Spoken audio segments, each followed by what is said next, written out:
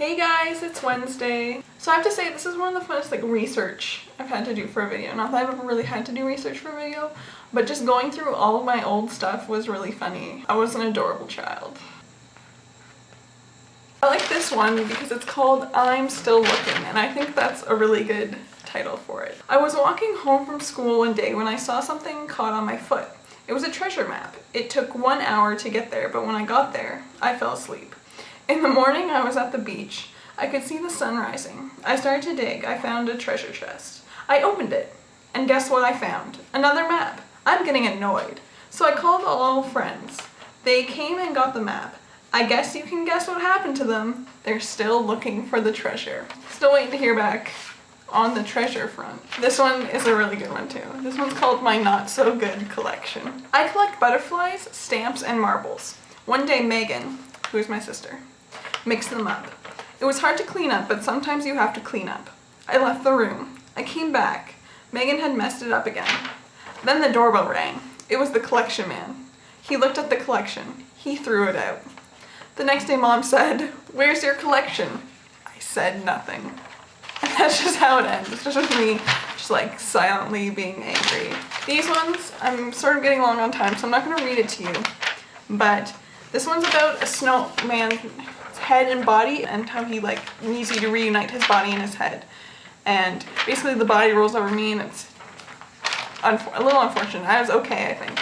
This one is called The Day It Rained Candy. It rains candy and I eat all the candy and I get sick. And the moral of both of these stories is next time I'm staying home. You can tell I was a very rational kid, even from an early age. This picture I feel like doesn't even need an explanation. Here's another little story I found that I wrote. I don't know when I wrote it, but based on my penmanship, I must have been tiny. So this is called Ice. Ice is big, ice is small. The end, the end, the end. Or is it? Oh man, so I don't know if you guys ever did this, but I think this was in grade 2 or 3, basically we did journals with pictures. I like this one particularly. If you guys can tell from the picture, probably, I just talked about how I played Quest for Glory. If you ever played Quest for Glory, that's the tree with the bird's nest and the apothecary potion shop. Today is Tuesday, November 18th, 1997. My dad put Quest for Glory on the computer, and I'd like to note I spelled Quest C-Q-W-A-E-S-T. And the teacher didn't even try to fix it because I guess she had no clue what I was talking about.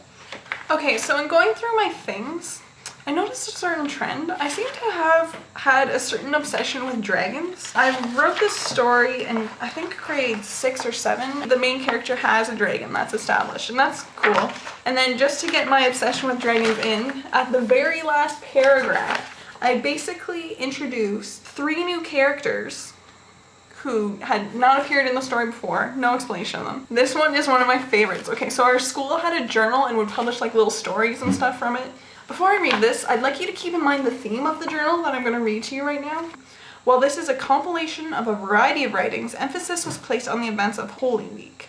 Students were invited to become witnesses to the crucifixion and provide a first-hand account. The very poignant narratives which have resulted are a reflection of our children's sincere interpretation of this moment in our faith tradition. So keeping that in mind, this is what my entry was. The black hole. Once upon a time, there was a mother and a father and 3 children. One day, they all went outside. "I see something black," said Erin. "Me too," said Megan. "Let's get closer," said Turner. So they did, and it sucked them all in. Luckily, they all landed in the same place. There were weird-looking people there. "Where are we?" said Megan. "I do not know," said Turner. "Someone had a dragon. It didn't look good. It even tried to eat them." "Turner, look out," said Erin. They ran as fast as they could. They found an empty home.